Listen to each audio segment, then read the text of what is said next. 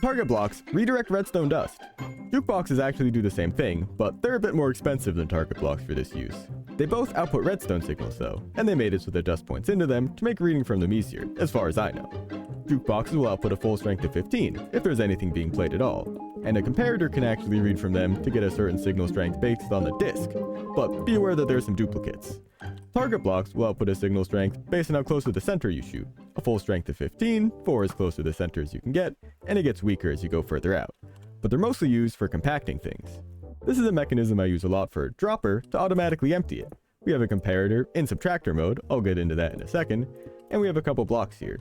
Some dust there that will get powered, and loop the signal back around to this repeater, into another piece of dust that'll go into the side of the subtractor.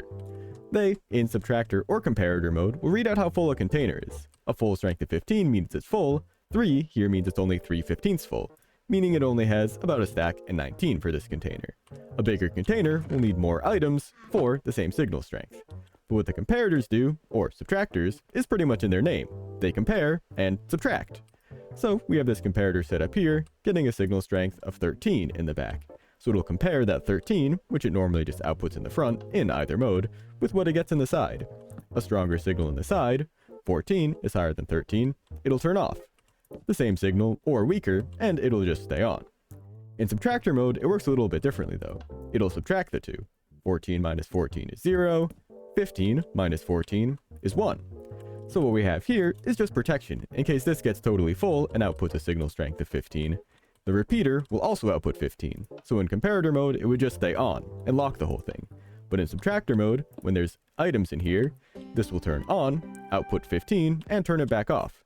So we can see that the items just automatically shoot out, and we can wrap the dust on top of it like that, or save ourselves a couple by just using a target block and pointing it into there. There's plenty of uses for this, and another common example I like to give is if you have a line of redstone with something like this, but you have some pistons up top here that you want to get powered by. Maybe you have another line of redstone up here that you can't have interfering with it. You could have some blocks to separate them, but you still don't have a way to power these. Unless you just swap them out with target blocks.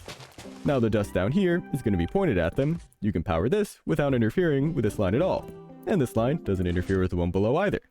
Leave your redstone questions in the comments and subscribe for more daily tips. Join the Discord too to download this world, pinned in the redstone channel, and see when streams are. Help support me on Coffee if you can too. Peace!